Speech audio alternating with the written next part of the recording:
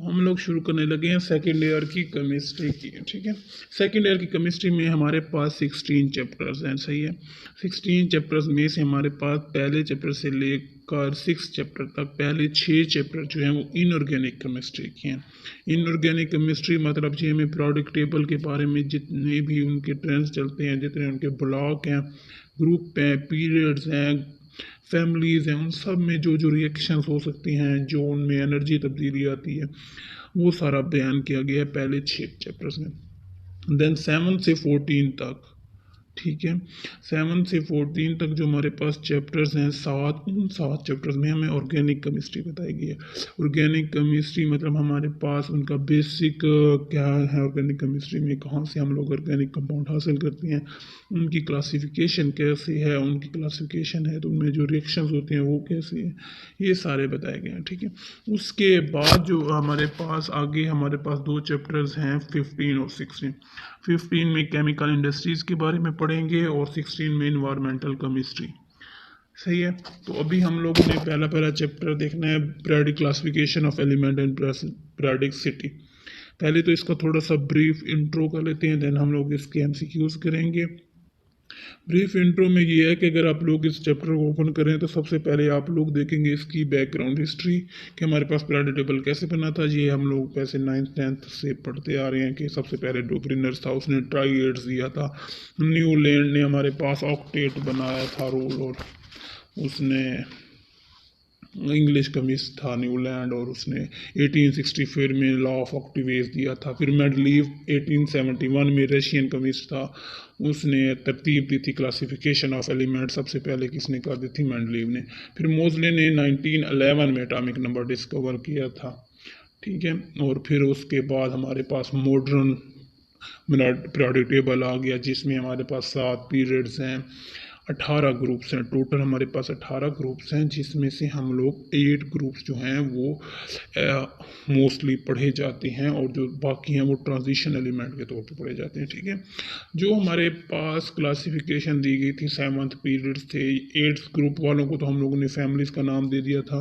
वो जो हम लोग 8 ग्रुप पढ़ते हैं उनमें से कॉमन ग्रुप में सबसे जो पहला ग्रुप है उसको अल्कली मेटल का नाम दिया गया, दूसरे को अल्कलाइन अर्थ मेटल का नाम दिया गया, तीसरे का नाम boron family, then carbon family, nitrogen family, oxygen family, halogen family और नोबल गैसेस।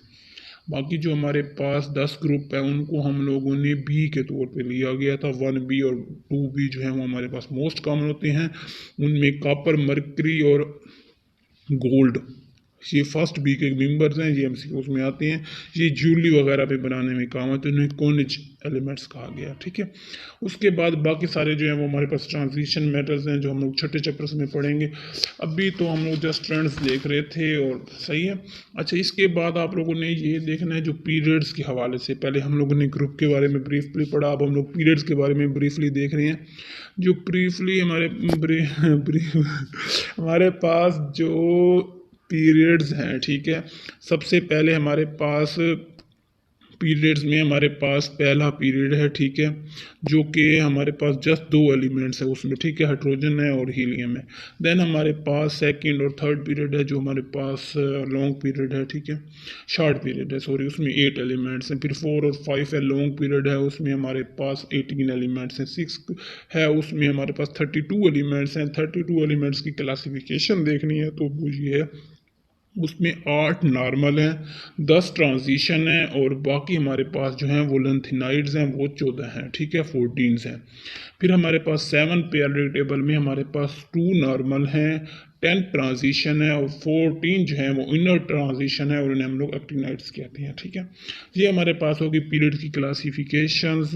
और इसके बाद हमारे पास आगे उन्होंने दिए हुए हैं कि हमारे पास फिजिकल प्रॉपर्टीज़ क्या क्या पढ़ होती हैं। ठीक है, फिजिकल प्रॉपर्टीज़ जो हम लोगों ने मोस्टली देखनी है वो हमारे पास एटॉमिक साइज़ है, यूनिक साइज़ है, आयोनाइजेशन एनर्जी है, इलेक्ट्रॉन एफिनिटी है, मेटेलिक नेचर है, उनके मेल्टिंग बॉइलिंग पॉइंट है, ऑक्सीडेशन स्टेट है, और इलेक्ट्रिकल कंडक्टेंस है, और हाइड्रेशन एनर्जी है। ये सारे हम लोग उसकी फिजिकल प्रॉपर्टीज़ देख लेंगे। और फिर उसके बाद हम लोगों ने देखनी है कि उनमें रिएक्शंस कौन कौन से होते हैं। उनके रिएक्शन हमारे पास जस्ट 3 दिए हुए हैं। हाइड्रा सबसे पहला पहला हमारे पास एमसीक्यूज है कि सेवन्थ पीरियोडिक टेबल में कितने नॉर्मल एलिमेंट्स हैं। अभी हम लोगों ने अभी अभी पढ़ा कि हमारे पास सेवन्थ पीरियोडिक टेबल में हमारे पास 2 नॉर्मल एलिमेंट्स हैं, ठीक है, 10 ट्रांजिशन है और 14 इनर ट्रांजिशन है। तो कौन सा आंसर होगा कि 2 नॉर्मल एलिमेंट्स हैं, कितने, 2 नॉर्मल एलिमेंट्स हैं। उसके बाद हमारे पास है कि priority table has divided into 4 block which contain highest elements. Priority table हमें पता है कि 4 ब्लॉक में कन्वर्ट किया गया है, ठीक है। एस ब्लॉक है, पी ब्लॉक है, डी ब्लॉक है और एफ ब्लॉक है। एस ब्लॉक में तो हमारे पास जस्ट 2 एलिमेंट्स ही आते हैं, सॉरी 2 नहीं, एस ब्लॉक में 2 ग्रुप आते हैं, alkali metal, alkaline earth metal और एक हीलियम नोबल गैसेस वाला, ठीक है, ये सारे एस ब्लॉक में हैं। पी ब्लॉक में हमारे पास सारे जो फैमिलीज हैं, carbon family, boron family, nitrogen family, helium, noble gases, ये सारे हमारे पास पी ब्लॉक। और जो हमारे पास उन दोनों के एस और पी ब्लॉक के दरमियान में पाए जाते हैं वो डी ब्लॉक में हैं। और जो नीचे टेबल के 2 लाइन्स हैं एक्टिनाइड वो हमारे पास हैं एफ ब्लॉक। तो सबसे ज़्यादा हमारे पास अगर काउंट किए जाए तो डी एलिमेंट्स डी ब्लॉक के बन रहे हैं, ठीक है।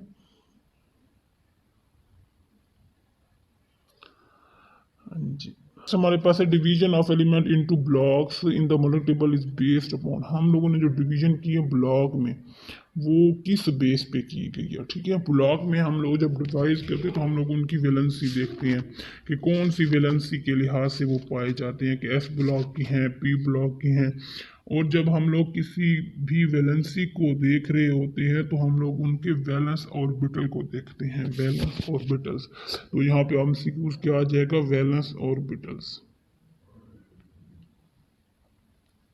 नेक्स्ट हमारे पास है कि keeping in the view of the size of atom. अगर हम लोग साइज ऑफ एटम देखें तो हमारे पास कौन सा ऑर्डर करेक्ट है।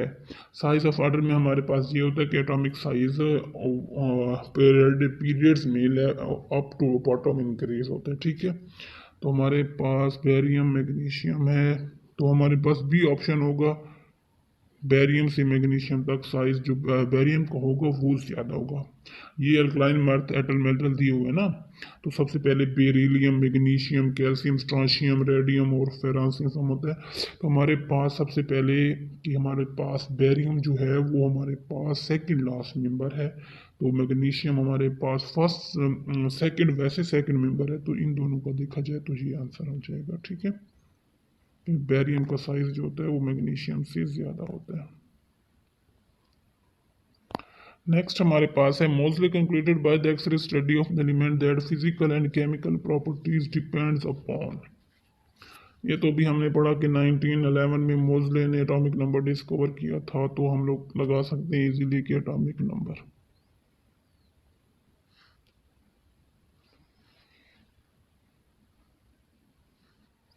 नेक्स्ट हमारे पास which of the following is not ionic hydride. Ionic hydride हमारे पास कौन सा नहीं है। तो जो हम लोगों ने ट्रेंड पढ़े थे कि हमारे पास जस्ट 3 रिएक्शन देता है, ये जो सारे पीरियोडिक टेबल्स वाले हैं इनके अगर हम लोग हलाइड देखेंगे तो वो अयोनिक और कोवेलेंट होंगे, अगर इनके हाइड्राइड देखेंगे तो वो भी अयोनिक और कोवेलेंट होंगे। और हमारे पास ऑक्साइड होते हैं एसिड बेसिक और एम्फोटेरिक, ठीक है। तो हमारे पास उन्होंने पूछा है कि अयोनिक हलाइड्स कौन से नहीं है। अल्कली मेटल और अल्कलाइन अर्थ मेटल जो होती हैं ये बनाते हैं यूनिक हलाइड, सिवाय बेरिलियम और मैग्नीशियम के सारे बनाते हैं यूनिक हलाइड, ठीक है। और लेफ्ट साइड पे जो राइट साइड पे जो हमारे पास पीरियोडिक टेबल के सारे एलिमेंट हैं सिवाय इंडियम के, ठीक है। थर्ड जो हमारे पास ब्रोन, गैलियम, इंडियम और थैलियम आता है, उसके अलावा जो सारे एलिमेंट्स हैं थर्ड फैमिली के से लेके 4, 5, 6 और 7 तक के सारे जो हैं वो कोविलेंट बनाते हैं और जो बाकी बच जाएंगे वो इंटरमीडिएट बनाएंगे। तो अब हम इनके देख सकते हैं कि कौन सा आंसर बनेगा, ठीक है। ये HCl, ये तो सही पता चल रहा है कि ये HCl है, ठीक है। ये हमारे पास है क्लोरीन जो है वो हमारे पास है 7th ग्रुप का मेंबर। 7th ग्रुप के मेंबर्स जो होंगे वो क्या बनाएंगे, कोविलेंट बनाएंगे, सही है। लिथियम हमारे पास एल्कली मेटल का है, सोडियम एल्कली मेटल का है, सीजियम जो है ये भी एल्कली मेटल है। तो हमने कहा है कि एल्कली मेटल्स के हैं वो बनाते हैं आयोनिक, जो ब्रोन फैमिली से लेकर हेलोजन फैमिली तक हैं वो सारे बनाएंगे कोविलेंट, और बाकी सारे बनाएंगे हमारे पास इंटरमीडिएट। सही है। नेक्स्ट हमारे पास है the element with highest ionization energy. Ionization energy किसकी सबसे ज़्यादा होगी, जिसमें से इलेक्ट्रॉन निकलना सबसे मुश्किल होगा उसकी आयोनाइजेशन एनर्जी क्या होगी, सबसे ज़्यादा होगी। ठीक है, तो हमारे पास यहाँ से देख लेते हैं ना, तो लेफ्ट से राइट जो होती है आयोनाइजेशन एनर्जी हमारे पास इंक्रीज होती है लेफ्ट से राइट। ठीक है, ब्रोन फैमिली पहले आती है, फिर कार्बन फैमिली आती है, फिर हमारे पास नाइट्रोजन फैमिली आती है, देन हमारे पास आती है ऑक्सीजन फैमिली। सही है, लेकिन अब हमारे पास है कि नाइट्रोजन और ऑक्सीजन में हमारे पास ऑक्सीजन की आयोनाइजेशन एनर्जी ज़्यादा होनी चाहिए थी। ठीक है, लेकिन बेसिकली देखा जाए तो हमारे पास नाइट्रोजन की ज़्यादा होती है। हम लोगों ने देखा कि आयोनाइजेशन एनर्जी जो फर्स्ट आयोनाइजेशन एनर्जी होती है वो लेफ्ट से राइट इंक्रीज होती है, कि जितना ज़्यादा स्टेबल मॉलिक्यूल एलिमेंट होगा उतना ज़्यादा उसमें से इलेक्ट्रॉन निकालना मुश्किल होगा, और जितनी हमें एनर्जी लगती है उसे हम लोग कहते हैं आयोनाइजेशन एनर्जी। तो हमारे पास बोरोन कार्बन अगर क्लासिफिकेशन दी जाए तो बोरोन थर्ड ग्रुप है, कार्बन 4 है। आयोनाइजेशन एनर्जी का क्या ट्रेंड है, तो आयोनाइजेशन एनर्जी लेफ्ट से राइट इंक्रीज होती है। ठीक है, तो हमारे पास थर्ड ग्रुप है बोरोन फैमिली, कार्बन 4 ग्रुप है, नाइट्रोजन 5 ग्रुप है, और ऑक्सीजन हमारे पास 6 ग्रुप है। ठीक है, लेकिन अगर हम लोग आयोनाइजेशन एनर्जी का जब ट्रेंड देखते हैं तो हमारे पास आयोनाइजेशन एनर्जी नाइट्रोजन की ज़्यादा होती है। ठीक है, अब इसकी वजह ये है कि हमारे पास नाइट्रोजन जो है वो हाफ फील्ड होता है, स्टेबल होता है। ठीक है, बनिस्बत ऑक्सीजन के, और ये स्मॉल साइज में, तो इसलिए इसकी एनर्जेशन एनर्जी ज़्यादा होती है। एक और MCQ आया था एनर्जेशन एनर्जी का कि सबसे ज़्यादा पूरे टेबल में सबसे ज़्यादा एनर्जेशन एनर्जी जो होती है वो होती है हीलियम की, और सबसे कम जो होती है वो होती है हमारे पास फ्रांसीसियम की। ठीक है, नेक्स्ट हमारे पास है mark the correct statement. Correct statement करनी है कि हमारे पास कौन सी है, तो हम लोग जानते हैं कि जो कैटायनिक साइज होता है वो आयनिक साइज से कम। हाँ जी, तो अब हम लोग देखते हैं कि कौन सी स्टेटमेंट ठीक है। तो हम लोग जानते हैं कि जो कैटाइन होते हैं उनका साइज हमेशा ओरिजिनल साइज से कम होता है। ठीक है, जबकि एनाइन का साइज जो नेगेटिव चार्ज वाले होते हैं उनका साइज ज़्यादा होता है। तो हम लोगों ने करेक्ट स्टेटमेंट देखनी है, तो ये देखिए जी कैटाइन है और इसका नॉर्मल साइज से साइज कम है, तो ये सही करेक्ट हो गई। ये हमारे पास रॉन्ग हो जाएगी, क्योंकि कैटाइन हमेशा अपने ओरिजिनल साइज से कम होता है, स्मॉलर देन नो। एनाइन जो होता है वो हमेशा ज़्यादा होता है। तो हमारे पास जस्ट एक ही स्टेटमेंट करेक्ट है और हम लोग उसको क्लिक कर देंगे। सही है, ये वाला आंसर क्लिक हो गया। देन अब हमारे पास नेक्स्ट क्या है, नेक्स्ट है the statement which atomic number is 9 is close in chemical properties with the element of atomic number. हमारे पास एटॉमिक नंबर एक एलिमेंट है एक्स है, उसका एटॉमिक नंबर है 9। ठीक है, वो किस एलिमेंट से मैच करेगा, तो हम लोग जानते हैं कि हमारे पास जो रेशो दी होती है, अगर आप लोगों ने मालूम करनी है तो उसका ये ट्रिक है कि 2, 8, 8, 18 और 38 प्लस कर देते हैं। ठीक है, सबसे पहले जो नॉर्मल है वो तो 2 हो गया। ठीक है, नेक्स्ट में हमारे पास 8 होती हैं, 2 + 8 मतलब नेक्स्ट लाइन में हमारे पास जो नेक्स्ट पीरियड होगा वहाँ पर 10 तक के एटॉमिक नंबर शामिल है। जो नेक्स्ट हमारे पास पीरियड थर्ड है उसमें हमारे पास हो जाएंगे 18 नंबर तक एटॉमिक नंबर वाले। सही है, अब ये जो भी है ये 9 है, ये सेकंड वाले में है। ठीक है, तो उस 9 में +8 करें, क्या आंसर आता है हमारे पास 8 और 8 16 और 1 17 आंसर। तो हमारे पास क्या आया आंसर 17। तो हमारा जवाब क्या हो जाएगा 17 हो जाएगा हमारा राइट आंसर। देन हमारे पास नेक्स्ट क्वेश्चन है कि periodic 6 in the periodic table contain which block of element. ठीक है, अगर हमारे पास पीरियड 6 है, ठीक है, पीरियोडिक टेबल में उसमें कौन से एलिमेंट मौजूद है। सही है, हमारे पास जो पीरियड नंबर 6 है वो सबसे लॉन्ग पीरियड से समझा जाता है। ठीक है, तो उसमें हमारे पास अल्कली मेटल हैं, तो उसका होता है भैंस ब्लॉक शामिल है। उसमें हमारे पास लेंथिनाइड है, उसमें एफ ब्लॉक भी है, उसमें एस भी हो गया। उसमें हमारे पास नोबल गैसेस ज़ीनोन वाला मेंबर भी है, तो पी ब्लॉक भी है, उसमें डी ब्लॉक भी है, उसमें कितने सारा ये वाला ऑप्शन हो जाएगा 10, उसमें एस पी डी एफ सब शामिल होते हैं, ठीक है। उससे पहले 5 तक हमारे पास जस्ट एस पी और डी होगा, और 7 और 6 और 7 में एफ वाले शामिल हो जाते हैं, ठीक है। और हमारे पास जो फर्स्ट 2 पीरियड हो जाएंगे, ठीक है, वो वाले हमारे उनमें हमारे पास एस और पी हो जाएगा, सही है। नेक्स्ट हमारे पास है विच इंट्रोड्यूस द जीरो ग्रुप किसने इंट्रोड्यूस करवाया था जी? ये हमारे पास मोजले ने जब एटॉमिक नंबर डिस्कवर किया था तब हमें पता चला था कि एक ज़ीरो ग्रुप भी है, वो ग्रुप जिसमें कोई एलिमेंट शामिल नहीं है, सही है। Element of group second B is called. अब हमारे पास ये मैं पहले बता चुकी हूँ कि जो हमारे पास सेकंड बी वाले एलिमेंट्स होते हैं उनको हम लोग non typical non transition element कहेंगे, ठीक है। लेकिन अगर यहाँ पे फर्स्ट बी आ जाए तो हम लोग कह सकते थे कि कॉनिच मैटर्स होते हैं अगर फर्स्ट बी होता, ठीक है। उन्होंने पूछा सेकंड बी को, ठीक है। तो सेकंड बी वाले जो होते हैं वो non typical non transition element, उनके लिए कोई स्पेसिफिक नाम नहीं है, सही है। ये नॉन टिपिकल दिया हुआ है बुक में। अच्छा, सेकंड नेक्स्ट हमारे पास है element with lowest melting boiling point, ठीक है। जिसका सबसे लोएस्ट मेल्टिंग बॉइलिंग पॉइंट है वो कौन सा है? बेरिलियम है, कैडमियम है, मैग्नीशियम है, यस क्रोमियम है। अब आप लोगों ने बताना है कौन सा होगा। तो हम लोग जानते हैं कि जो हमारे पास मेल्टिंग और बॉइलिंग पॉइंट होती हैं वो लेफ्ट से राइट इंक्रीज हो रही हैं, तो इसका मतलब है हमारे पास सबसे कम किसका होगा, लोएस्ट किसका होगा, मैग्नीशियम का दिया होगा, ठीक है। अब ये तो आप लोग देख लें, ये दोनों डी ब्लॉक एलिमेंट्स हैं, सही है। तो हमारे पास लोएस्ट बॉइलिंग पॉइंट हमारे पास मैग्नीशियम का होता है, ठीक है। फिर उसके बाद हमारे पास है which of the following set of atoms are arrange in order of decreasing electron negativity. Order of decreasing electron negativity के लिहाज से हम लोग एटम्स को कैसे तरतीब दिया हुआ, ठीक है। तो हम लोग जानते हैं फ्लोरीन का सबसे हाईएस्ट है इलेक्ट्रॉन नेगेटिविटी, ठीक है। फिर उसके बाद ऑक्सीजन कहते हैं नाइट्रोजन को, तो हमारे पास क्या आ जाएगा, सी आंसर आ जाएगा। फिर उसके बाद हमारे पास है कि when hydrogen loses its electron to form H positive it resembles with। जब हाइड्रोजन अपना एक इलेक्ट्रॉन लूज कर दे तो हम लोग पोजीशन ऑफ हाइड्रोजन का जो टॉपिक है उसमें देखें तो हाइड्रोजन हर ग्रुप के साथ मैच कर रहा है, हर फैमिली के साथ मैच करता है। तो जब ये अपना इलेक्ट्रॉन लूज करता है तो ये अल्कली मेटल जैसा होता है, और जब ये इलेक्ट्रॉन गेन करे तब ये हैलोजन जैसा होता है, ठीक है।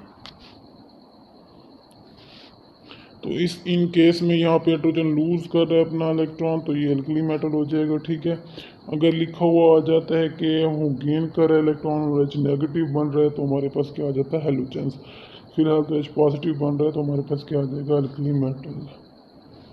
फिर उसके बाद हमारे पास है which of the halide show bridge type structure, कि कौन से ऐसे हैलाइड हैं जो ब्रिज टाइप स्ट्रक्चर शो करते हैं, ठीक है। क्लोराइड है, अल्मोनियम क्लोराइड है, कार्बन टेट्राक्लोराइड है, और हमारे पास वाटर है। अब हमारे पास सबसे पहले तो आप लोग ये देख लेना कि वाटर तो हैलाइड है ही नहीं, सही। वाटर हैलाइड है, सही। हैलाइड वो होते हैं जिनमें हैलोजन अटैच हो, ठीक है। इसमें तो हैलोजन अटैच है ही नहीं। तो ये हो गया सोडियम क्लोराइड, हमारे पास यूनिक कंपाउंड है, ठीक है। हमारे पास एल्यूमिनियम, गैलियम और बेरिलियम 3 ऐसे हैं जिनकी लेयर्स में आपस में आयोनिक करैक्टर पाया जाता है। बॉन्डिंग लेयर जिनकी चेन लैटिस होती है उनमें इलेक्ट्रो पॉजिटिव लेस होते हैं ये वाले तीनों, और इनका पॉलीमेरिक हैलाइड बन रहा होता है, ठीक है। तो इनकी जो लेयर होती है उनमें यूनिक करैक्टर बनाया जाता है, इसलिए हम लोग इन्हें कहते हैं कि ये ब्रिज टाइप शो करते हैं। नेक्स्ट हमारे पास है which show maximum oxidation state. Oxidation state सबसे ज़्यादा मैक्सिमम किसकी होगी, ठीक है। तो ये हमारे पास जिसके ऑक्सीडेशन स्टेट हमारे पास हम लोग जानते हैं मैग्नीशियम हमारे पास है ट्रांजिशन मेटल्स, ठीक है। तो सबसे ज़्यादा ऑक्सीडेशन स्टेट हमारे पास मैग्नीज की होती है, ठीक है।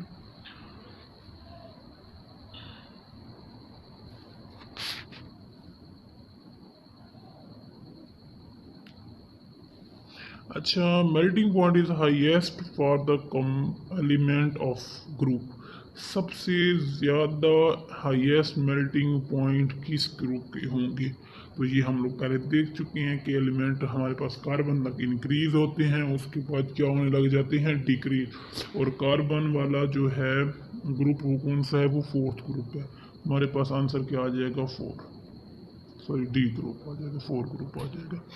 नेक्स्ट हमारे पास है amphoteric oxides formed by. Amphoteric oxide किसके बनते हैं?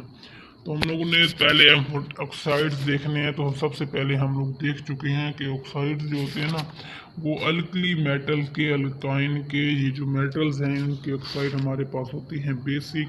नॉन मेटल के ऑक्साइड होते हैं हमारे पास एसिटिक, और जो उनके मिड में मेटलाइड्स पाए जाते हैं उनके होती हैं एम्फोटेरिक ऑक्साइड। ठीक है, तो इनमें हमारे पास कौन सा बनता है एम्फोटेरिक वाला? कैल्शियम हमारे पास मेटल है, कॉपर भी हमारे पास मेटल है, आयरन भी हमारे पास मेटल है, जिंक हमारे पास मेटलाइड है। तो हम लोग क्या कहेंगे, तो हमारे पास मेटलाइड में जिंक बनेगा जी, जो क्या होगा, नॉन मेटल होगा। नेक्स्ट हमारे पास लास्ट वन है, in the long form of periodic table. Long periodic table की लॉन्ग फॉर्म में the most electropositive element occupy, के सबसे ज़्यादा इलेक्ट्रोपॉजिटिव एलिमेंट कहाँ पाए जाते हैं? सही है, तो हमारे पास हम लोग जानते हैं राइट साइड पे हमारे पास नॉन मेटल्स हैं, ठीक है, और वो इलेक्ट्रोनेगेटिव एलिमेंट है जिन्हें फ्लोरीन, ऑक्सीजन वगैरह हो गए। राइट साइड पे हमारे पास है alkali metal, alkaline earth metal. तो जो सब हम लोग जानते हैं कि उनका जो इलेक्ट्रॉन लूज करने की एबिलिटी होती है वो अप से बॉटम इंक्रीज होती है। इसका मतलब जो सबसे नीचे वाले लेफ्ट साइड पे होंगे वो सबसे ज़्यादा क्या होंगे, इलेक्ट्रो पॉजिटिव होंगे।